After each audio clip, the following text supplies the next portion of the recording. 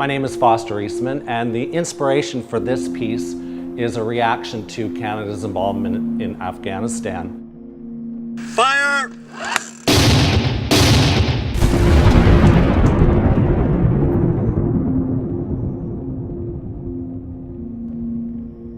Decided I wanted to do something because watching the news every night, I found it very depressing and sad to see some young soldier who had been killed that day.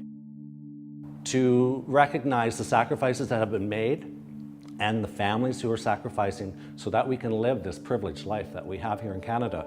I was reading an article about food services and the logistics behind food services in Afghanistan, and they mentioned within their field pack and their lunch were condiments, and one of the condiments they mentioned was ketchup. I created quite a few pieces with different condiments, not just ketchup, as the condiments change depending on what lunch is. There's 96 ketchup packages stamped with the Canadian maple leaf that represents the 96 Canadians that have been killed in Afghanistan by stepping on or driving over an improvised explosive device.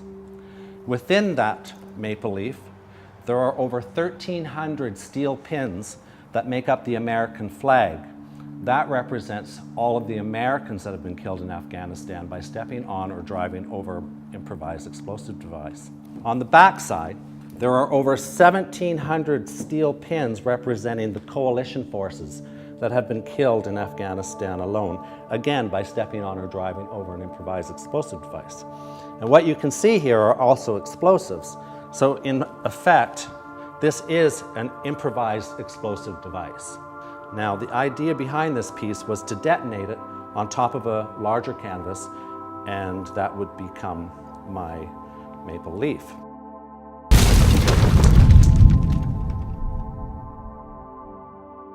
You can see the destruction that happened and that continues to happen in Afghanistan.